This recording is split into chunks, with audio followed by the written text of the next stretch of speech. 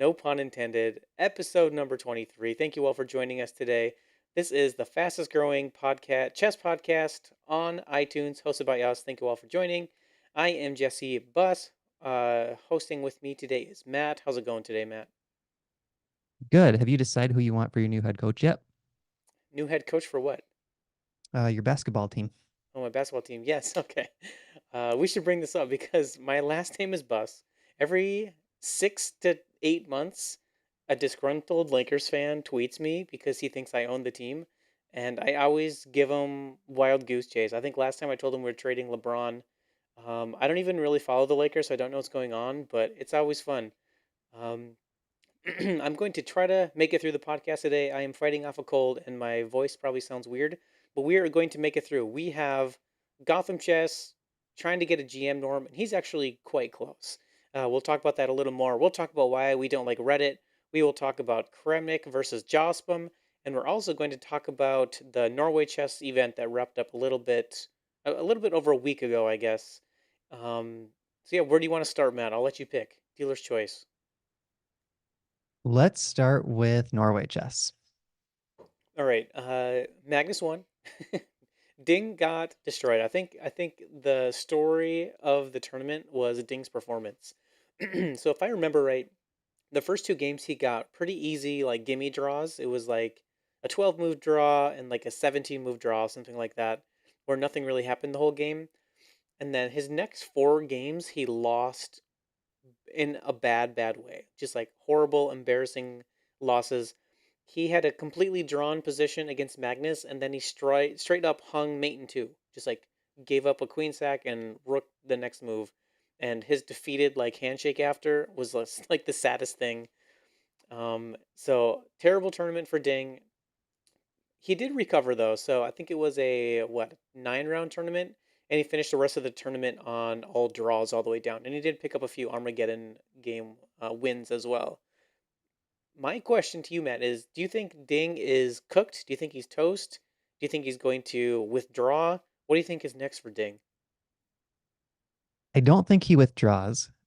I think Gukesh is a very strong player, but not the strongest challenger. So even if Ding is a little bit off for the world championship, I think he can hang with Gukesh. So my prediction is Gukesh beats him. Ding still plays.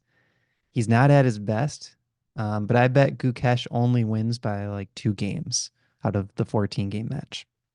Yeah, I agree. I don't think that he withdraws. The payoff of being world champion is too steep, and just like I think the pay for actually playing in the match is like $1 million or something. So I would be shocked if he walked away from that.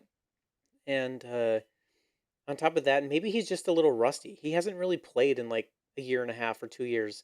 So maybe he's just like still getting over the OTB nerves, and he's just not playing his normal game. That's a very underrated option too. Yeah. And Dennis says, is Ding broken? I mean, we're not psychologists or psychiatrists, but something does seem off. And I think he's got to get things figured out leading into the world championship. Yeah, and I don't even think he's necessarily gonna get crushed by Gakesh. He's still a good player. He probably is the better player, honestly, if they're both like playing their best. But I don't know. He's gonna have some time to get it figured out over the next few months. I guess we don't even really know when the World Championship is. But hopefully he figures it out, and hopefully we get an actual good match, not super one-sided. Who are you rooting for? Do you want Ding or Gakesh? I think you know the answer. I'm 100% Team Gukesh. I think that would be great for chess. Having a player from India back on top. Chess is huge in India right now. There's so many young kids from India that are getting good or already very good. Um, and as we've seen with Ding Liren as world champion, a lot of chess players don't even know who the world champion is right now. If they're not super involved, it's like, I don't know who the champion is. Is it Magnus? So I think we need a champion that really gets their name out there more and excites people. Yeah, I agree. And I think it'd be really fun to have an 18-year-old chess champion because that's so young. I think it's just a good story. Like, oh yeah, the best chess player in the entire world is 18 years old. Like that's pretty crazy. So yeah, I think that's a good story. Another good story. Let's talk about Kramnik versus Jospem. Jose Martinez Alcantara. Is that how you? Is that his name? Yeah. Okay, okay, got it right. Uh, Jose seemed like the stronger player throughout. If you didn't follow the Clash of Claims, it's basically it started as a 32 game blitz match between Kramnik and Jospem. Jospem is Jose Martinez Alcantara's online chess name, Jospem. And basically, Jospem scores very well in Title Tuesday and in a lot of these events. And Kramnik thought that was interesting and basically called him out for cheating for the past like 6 months constantly. And so they decided and they agreed to sit down and have a real life, good old fashioned battle over the board. So they're playing 16 games of over the board chess, 16 games online chess. And um, I don't know if this was ever really brought out, but Matt, you ran a bunch of stats for this match, and chess.com basically didn't do anything with it. It must have been some like strategic decision on their part to kind of stay out of it a little bit. Yeah. So why don't you take us through your predictions and kind of who you thought was going to win and why, and how you came up with your overall score at the end? Yeah, so it's a 36 game match, just small correction. I don't remember what number you said, but Oh, 36 36. games, Okay. 18 of each.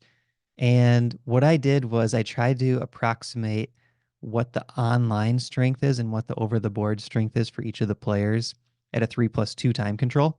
So we don't have a lot of data of these players playing 3+2 online because Title Tuesday is 3+1, and most people play 3+0 for normal blitz.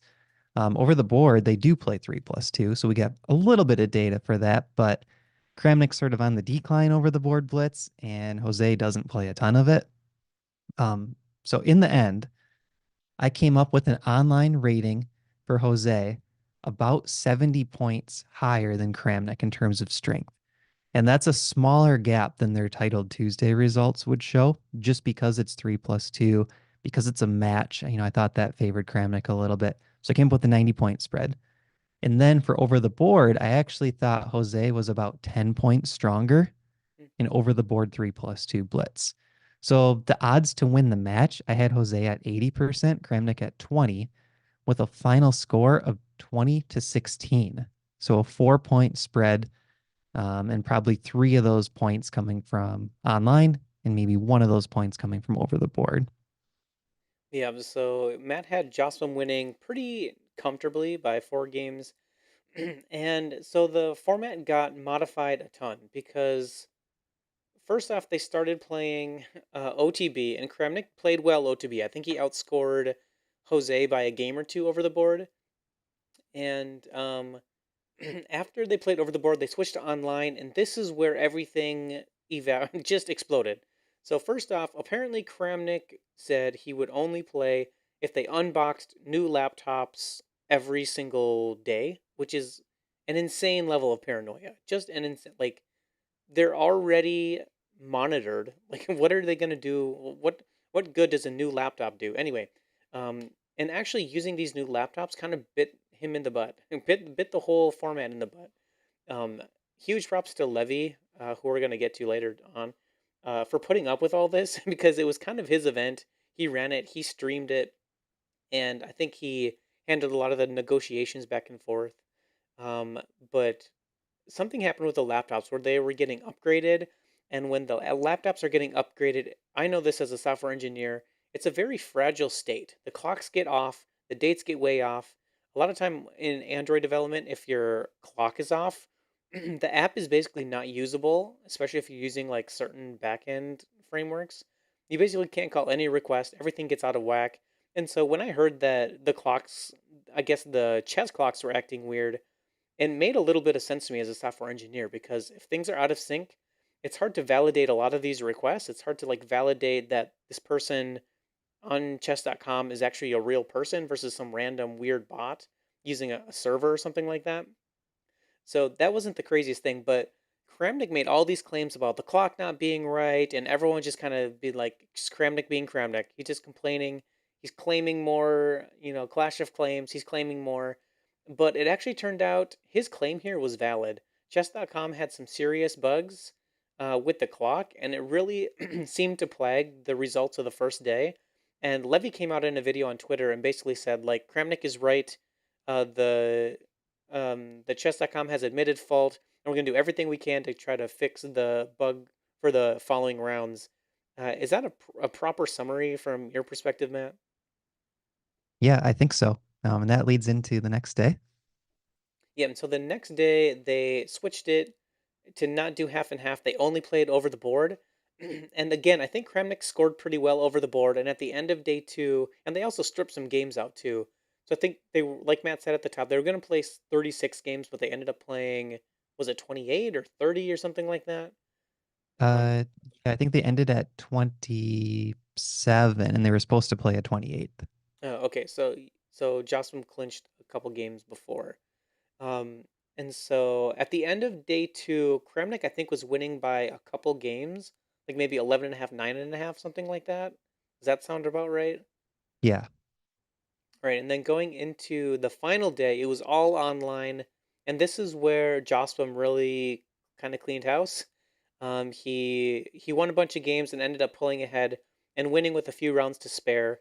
And Kramnik basically went on Twitter after and trashed everything. He said the clocks were plaguing him the whole day. He even put up a video, which is pretty crazy, of his computer not receiving a move and then his clock just expiring. And like when his clock hit zero, then his opponent's move registered, and he basically couldn't do anything. He just lost the game. So I don't know if these are confirmed or anything like that, but it was who. Okay, so let's back up a little bit. So Jospin won the match. Kramnik lost the match. Who do you think are the winners and losers for this event?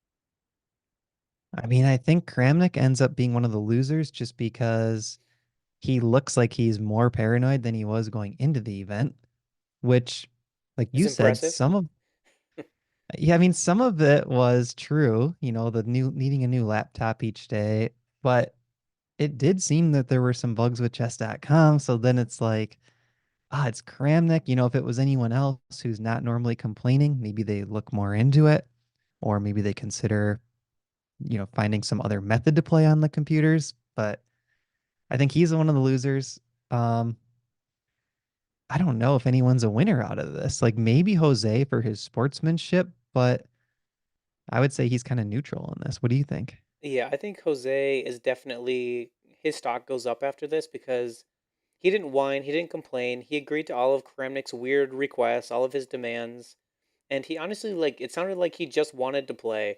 And he played all these extra OTB games. Um, so I do think he wins, especially since he did actually end up winning the match. I think a huge loser in this match is chess.com because Hmm. unfortunately they did have some serious bugs that threw the integrity of the event kind of out the window. And so we didn't really get any resolution to all this. At the end of it, Kramnik didn't recant his cheating claims. He didn't say, "Yeah, this guy's clean." He actually never said anything about Jose's chess being good or anything. He just kind of complained about chess.com the whole time. And so very poor sportsmanship from Kramnik. Levy's stock, I don't know. I think it kind of stays the same. Maybe it goes up a little bit because he was very forthcoming about the problems, the negotiations. He communicated things clearly. He put up with Kramnik for like 5 days, so I think his stock goes up a little bit. But overall, I think that is not the event that anybody wanted, or not the result of the event that anybody wanted. We wanted something where there was, nothing up for grabs. Everything just worked, and Jose just kind of came in and played well. But unfortunately, that's not what we got. They may have to redo it all over again, it seems like. I mean, it was close to the correct result, I think. Yeah. Kramnik winning by a couple OTB proved that Jose can hang with him, but he's still former world champion. He's Vladimir Kramnik. But then you got to expect Jose to win by a fairly decent margin online, and he proved he could do that, even though there were some bugs. Overall, I think they should have sort of similar lag issues. I don't know if they confirmed that or not. Yeah. But what I really want to see is put them in the same room with laptops that don't have any issues, no server issues, and make them play 3+1. I think that would be very interesting because then what we can see is this insane record that Jose has against Kramnik in Titled Tuesdays. I think he's 7.5 out of 8 or something like that in their Title Yeah, Tuesday games. Can he get anywhere close to that? Because let's say they played a 20 game match of 3+1 games online where they're in the same room.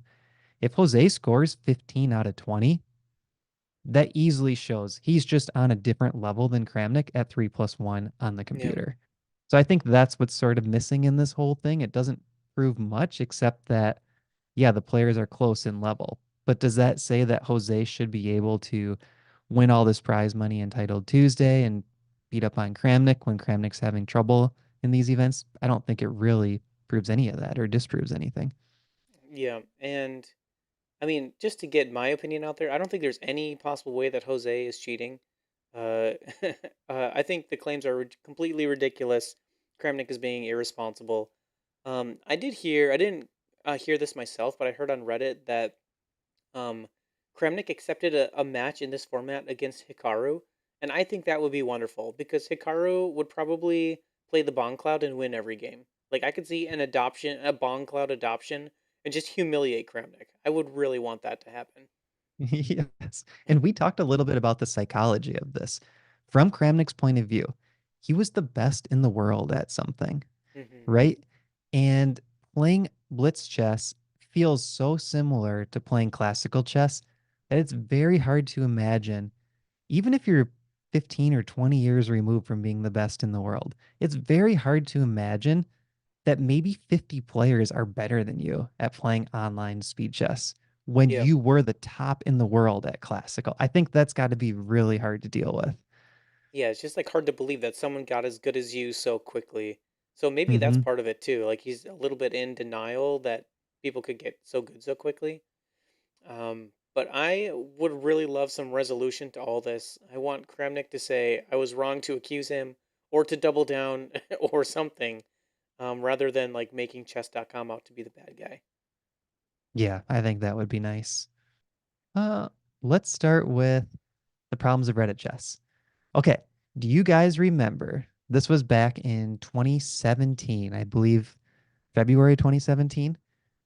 There was a protest by Ho Yifan in the Gibraltar event because I believe she was paired with 7 female players in, let's see, was it 9 rounds? Yes, 7 female players in the first 9 rounds of the tournament. Do you guys remember this event?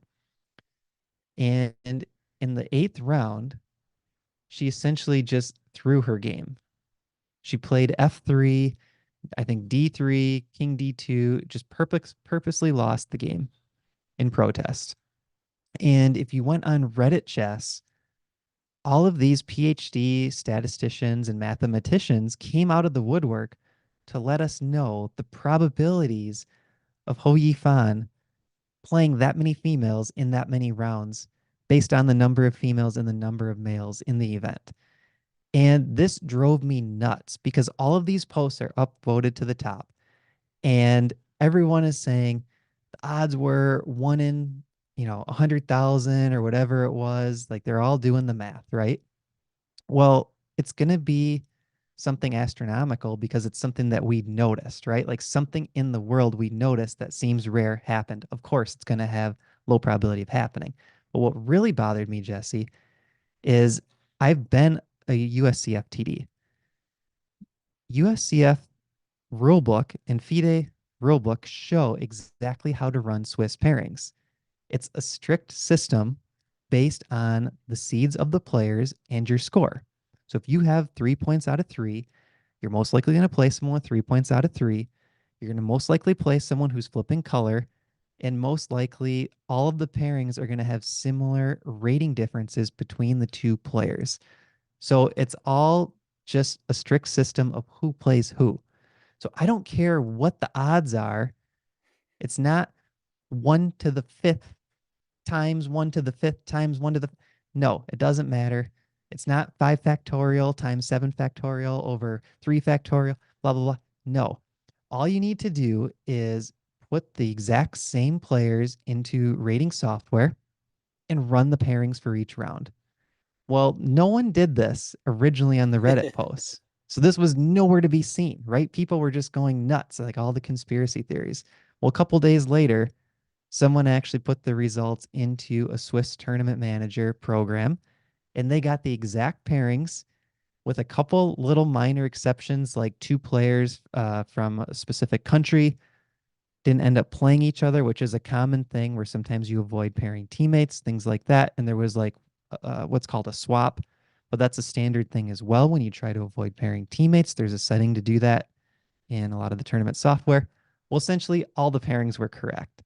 So everyone who thought that they knew didn't actually know what they were talking about. So this is like my problem with Reddit in general because you go into a post, you see the top upvoted things, everyone was just talking about all the odds and probabilities and arguing that's not how you run the odds and blah blah blah blah blah. No one actually just went in and did the right thing and said, "Let's check the pairings with TD software." Okay, there's my rant. What do you think, Jesse? And coming off that, so we are going to tie this back to what's going on today, but a lot of these, uh, it's like, yeah, it's 1 in 1,000. Okay, well, really, the odds are either okay, they tampered with the pairings or they didn't. Like that's it.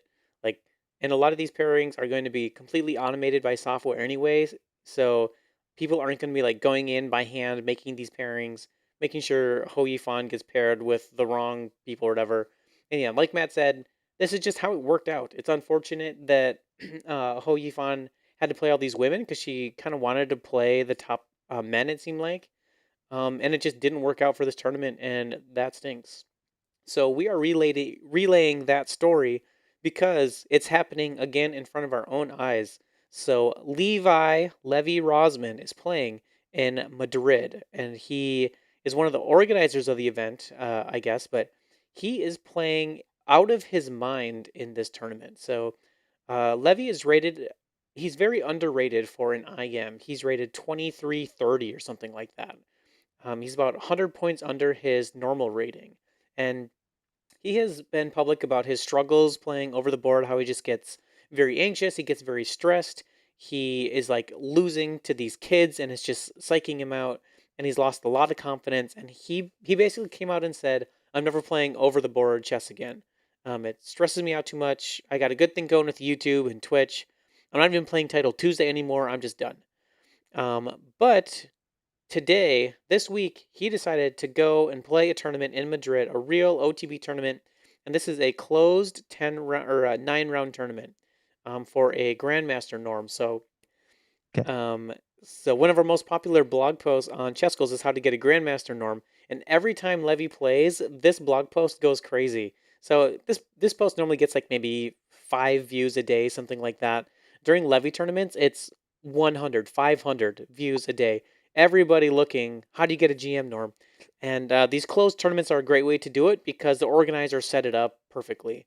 So you have to play people from other countries. You have to play at least 3 GMs.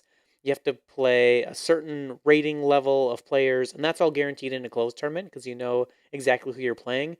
And you can calculate ahead of time what score you need in order to get a 2600 performance rating. So you need to get 3 norms and reach 2500 FIDE rating in order to be a grandmaster. And in round one, Levy is playing the number 1 seed with black, and he wins. So great start. Round two, Levy's playing the number 2 seed with black, and he draws. Another great result. Round three, Levy's playing the number 4 seed with white, and he wins. So he's 2.5 out of 3. Round four, he draws. Round five, he has white against his second GM, and he wins. So he is 4 out of 5. An absolute perfect start. And in these GM norm events, you generally need +4 in order to get a GM norm. And after 5 rounds, he's already +3. So he has rounds 6, 7, and 8, and 9. Sorry, so 4 more rounds, and he needs 1 win and 3 draws, or like 2 wins and 1 draw and a loss or something, in order to make his first GM norm. So he's on a tear. He's commented on Twitter like, "I'm playing the best chess of my life." He's very grateful for his coach, which I wish I remember I had his name, but his coach seems to be doing some good work with him. And his coach was just on Ben Johnson's Perpetual Chess podcast, so check that one out if you'd like. Um, so connecting these two dots, the the Reddit chess rant and Levy's tournament, someone on Reddit basically is accusing this tournament of being run like crap, lots of cheating accusations, especially in the open section. Matt, let me pass it back over to you to kind of catch us up on this Reddit nonsense. Yeah, I just wanted to add one note about his pairings. So he's already played three GMs, 2.5 out of three against them, and he has no GMs left to play. So in his four remaining games, it's three IMs and one FM. So you could argue that he already has the three toughest games out of the way as well, which I think is awesome. Okay, so going to the Reddit post, just today, I'm looking on Reddit Chess because we love looking at Reddit Chess in preparation for the podcast, all the drama. And there's a post that says from 8 hours ago, as of now, major cheating incident in Madrid Chess Festival. Full report from a privileged eyewitness. And this post is so long and so confusing. I couldn't even tell what was happening. And I'm spamming Jesse with text today. I'm like, is Levy cheating? I think Levy's cheating. Look at what this person said. Look what this person said. Well, I got sucked into all the Reddit chess upvotes and conspiracy theories. And what happened, here's my understanding. In the playing room, in the playing hall, they had a little table set up with a laptop on it. And the laptop had OBS running, which is the type of software that Jesse and I use to do these live streams or to record videos. So it's video recording software. It had the picture of the board, it had the webcam, I believe, and it showed the eval bar next to the board. So this post talks about player A and player B and how one of the players, it's his laptop, and the other player actually walked out of the room and you had to walk past the laptop to go where this player was going. And as he's walking back, he notices his game on the screen with an eval bar. And then he somehow walks back and looks at it, takes a glance at it again, and is kind of staring at it. And there's all this controversy. Well, the player ended up being forfeited for that game, even though it was the other player's laptop. He was sort of caught looking at it multiple times, and there was evidence of it. What gets a little bit crazy is people started speculating, well, who are the players? In the post, it mentions they were in the open section. Levy's not in the open section. He's in the closed A group section. But let me just read to you, Jesse, a couple of posts from Reddit players, or sorry, Reddit commenters. Um, and these got a lot of upvotes. So here's what one person says. I think OP was trying to dance around accusing Levy, which is interesting since they mentioned it's a tournament organizer that won their third round game, which I think only applies to Levy. And then someone else said, are you going to reveal who the organizer was that left the room? Edit. I just realized it said, quote, a very famous streamer, close quote. So Levy? Yeah, right. It goes on and on, but people are essentially all trying to speculate, hey, this is Levy that cheated or he was somehow directly involved. I did a little more research, Jesse. So I went into the videos and I did figure out, I'm pretty sure who it was, and it was someone from the open section. And it is a popular streamer, but not nearly as popular as Gotham Chess. And I think this was just another case of Reddit going nuts. And I feel bad for Levy because it seems like even though he's one of the three organizers, this is a little bit out of his control. And he just had to deal with all the Kramnik drama. He's trying to get his GM norm, which he's very close to doing. And now this drama might be in the back of his mind because I know he's active on Reddit and he's going to hear about this between his games. Yeah, what a distraction that he really does not need when he's like one win away from securing a GM norm. And also gaining a ton of rating too, by the way. That's like another hard part. He's got to gain 170 points of rating in order to make Grandmaster. But based on how he's playing right now, that does not seem out of the question. He'll probably gain 40 or 50 points from this tournament if he keeps playing like he is. So this is just a very unneeded distraction. You guys, Levy is not cheating. He's not cheating. He has Levy would be the last person to cheat because he has everything to lose and he has like a GM title that isn't really going to help him professionally to gain. He would lose everything. He'd be shunned. There's no way. There's no way. There's just no way. So I am glad that we at Chess Goals, we are at the forefront of OTB cheating. We break cheating scandals in Chicago. We pour water on popular streamers cheating. Levy is not cheating. Um, Let me pose you a question, Matt. How come every time someone makes a Reddit manifesto, it's got to be like 6,000 words? Just tell us what we need to know. I have no idea, but it's pretty fascinating. Maybe you guys know in the chat, what's the reason for that? Why do these people have to like the post on the Chicago Open on Reddit, which was later deleted, showed a picture of like the Coke bottle or whatever. Did you see that? Yes, yeah, or just like with the beautiful like blurred backgrounds. Like, why do we have a picture of Coke here, by the way? Yeah, because in the post he said something along the lines of, and I I was don't know drinking a how he Coke. possibly drank a Coke during the game. Your blood sugar crash would be insane. Like, here's the Coke bottle. Obviously, he wasn't playing with his own brain. Yeah, so it's exactly right. If a post is long, if it's like 6,000 words, people immediately think it is smart because look at all the effort they put into this, and they must have really done their research. This guy is clearly an expert. Yeah, and also editing takes more effort than writing. That's very true. Um, but let me just say, for chess goals, we would never hire someone who's going to write a 7,000 word manifesto on how someone cheated. Like, give us what we need to know. We don't need to know where you grew up. We don't need to know your favorite cereal. Just tell us what happened. Okay, so that's that story. Anything else you want to say about Levy? Do you think he makes a GM norm? I do think he'll make the norm, but I just did something while we're talking about this, Jesse. We don't hire any writers because we love Chat GPT, and people will do some writing for free. But I threw this whole post into Chat GPT, and I said in 2 sentences, summarize this whole post. Do you want to hear the summary? Yeah, I do.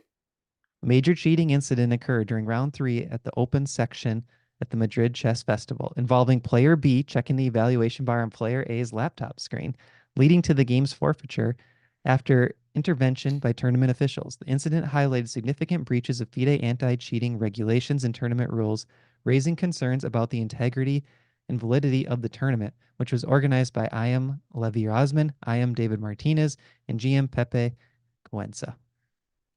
Wow, that's a long two sentences. So I think ChatGPT also needs an editor.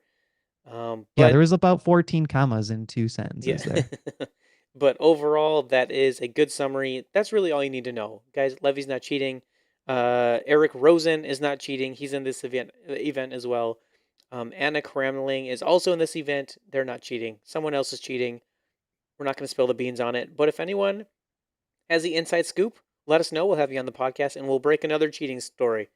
It wouldn't be our first cheating story we broke.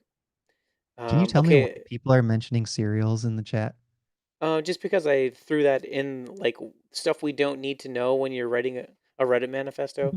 Okay. Okay, let's end the episode with this, Matt. What is your favorite sandwich? Build your dream sandwich. Ooh. Hmm. Take all the Dream time you need. sandwich. Dream sandwich. Okay. Uh, I'm glad I thought about this for a little bit. I think I would go for a Tins Philly steak sandwich. Okay. With the fried onions, the I don't eat a lot of meat, but when I do, like it's gotta be good. The Philly steak sandwich from Tins is delicious. What would you pick? Okay, I'm gonna make a sandwich from scratch. Uh, I have thought about this quite a bit. So if people are on our emails, this was in the post script of the email. What's your favorite sandwich? So I'm starting with 2 slices of homemade sourdough. My wife has been making sourdough for like 2 years, and it's the best bread in Minnesota. I can say that with confidence. One side of the bread, there's mayonnaise. Other side of the bread, there's mustard. So you got you know, uh, two different seasonings, dressings, whatever. Left side, you put 2 slices of turkey, and then you put 2 slices of cheese. Right side, 2 slices of turkey, 2 slices of cheese. Put it all together. Throw a pickle in the middle. That's my dream sandwich. One pickle? One pickle, yeah, or maybe 2 pickles. It depends on how big the sourdough bread is. Do you watch the hot dog eating contest? Speaking of sandwiches. I don't, but I saw Joey Chestnut got a new sponsor and now he can't do it anymore. End of an Yeah, era. yeah, because it's a competitor, but I don't think it's actually a competitor. It's like I believe it's Impossible Brands food.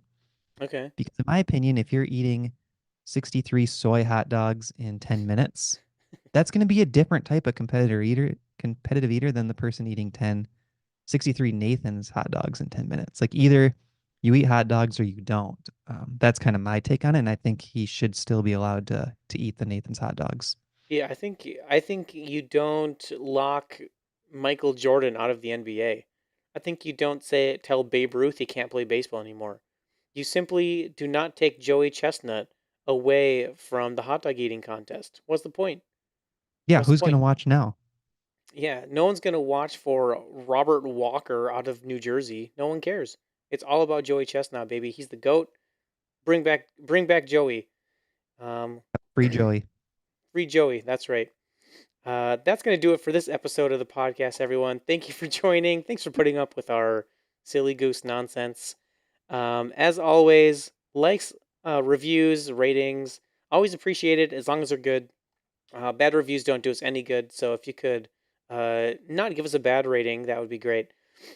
Subscriptions help a lot. Thank you all for joining, and we will see you next week. Bye, everyone.